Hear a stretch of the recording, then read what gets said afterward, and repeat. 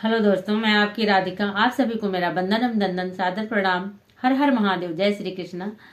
तो देखिए, आज मैं एक विवाह गीत लाई हूँ। होली का गीत भी चैनल पे बहुत डला है, आप लोग देखिए उसे और सुनिए और आनंद लीजिए। कमेंट बॉक्स में बताइए गीत आप लोग कैसा लगा। तो शादी विवाह का टाइम चल रहा है, तो हमारे पड़ोस में शादी है, तो उन बहन ने कहा कि आप जो है विवाह गीत गाइए। तो हमने कहा बिल्कुल, क्यों नहीं, पड़ोस के लिए तो सब कुछ है। तो देखिए, सीता मैया जिस समय फूल तोड़ने गई थी और जाकर के गिरजा भवन में शंकर भगवान को फूल चढ़ाया और कैसे आशीर्वाद लिया, आप लोग गीतों के माध्यम से सुने। बहुत ही प्यारा गीत है, तो सुनिए आप लोग। हथवा माली सीता बास की डलरिया रे, फूलवा तोड़न सीता जाई रे ललनवा रे, फूलवा तोड़न सीता जाई रे ललनवा। हथवा माली सीता बास की डलरिया रे, फूलवा तोड़न सीता जाई रे ललनवा रे, फूलवा तोड़न सीता जाई रे ललनवा। फूलवा जो तोड़ी सीता गजरा बनौली, अरे शिव जी के गले पाही नाम रे ललनवा, अरे शिव जी के गले पाही नाम रे ललनवा। गजरा पहनाई सीता शिव घर काला उठली, अरे शिव बाबा देले आशीष रे ललनवा, अरे शिव बाबा दिहले आशीष रे ललनवा।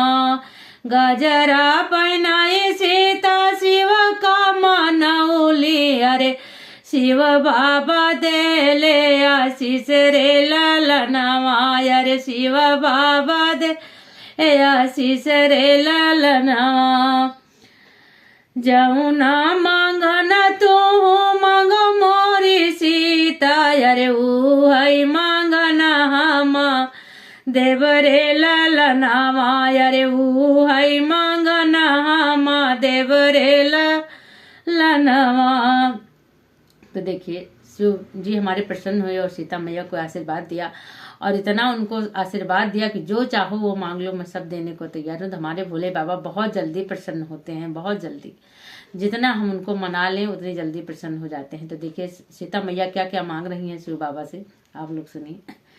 नई हर में मांगे सीता 4-5 बिरना, अरे बाहिनी जे मांगैया केल रे ललनवा, अरे बाहिनी जे मांगैया केल रे ललनवा। नई हर में मांगे सीता 10-5 बिरना, अरे बाहिनी जे मांगैया केल रे ललनवा, अरे बाहिनी जे मांगैया केल रे ललनवा। ससुरा में मांगे सीता 10-5 देवरा, अरे ननदी जे मांगैया केल रे ललनवा, अरे ननदी जे मांगैया केल रे ललनवा। अपना का मांग सीता अवध कैसे दूरा, अरे और अमर सुहाग रे ललनवा, अरे और अमर सुहाग रे ललनवा। अपना का मांग सीता अवध कैसे दूरा, अरे और अमर सुहाग रे ललनवा, अरे और अमर सुहाग रे ललनवा।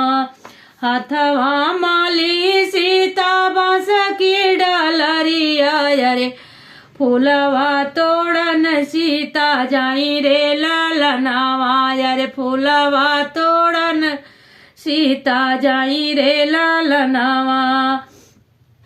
हथवा माली सीता बास की डलरिया, अरे फूलवा तोड़न सीता जाई रे ललनवा, अरे फूलवा तोड़न सीता जाई रे ललनवा। फूलवा जो तोड़ी ता जी के गले पहिनाव रे ललनवा, अरे शिव जी के गले पहिनाव रे ललनवा। तो इस वीडियो को आप लोग फुल वॉच करके और कमेंट में बताइएगा गीत आप लोग को कैसा लगा।